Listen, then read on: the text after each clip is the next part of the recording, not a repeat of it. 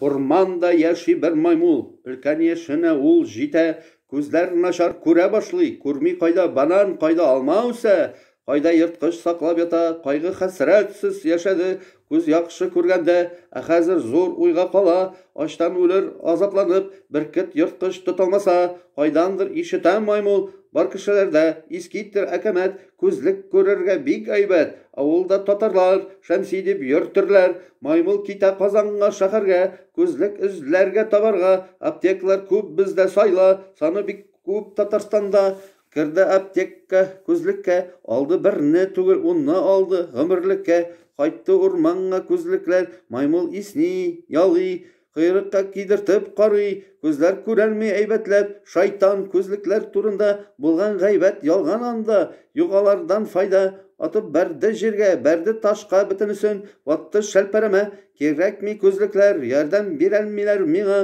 булсын алар сезгә, мин барсын аңладым, кешегә яраган әйбер, ярамый безгә хайванга, тагын нәрсә, әйтергә кирәк мәгънә. Әйбер алырга барганда сора син ничек, җайлы булырмы бу әйбер, безгә күзлек кулланырга.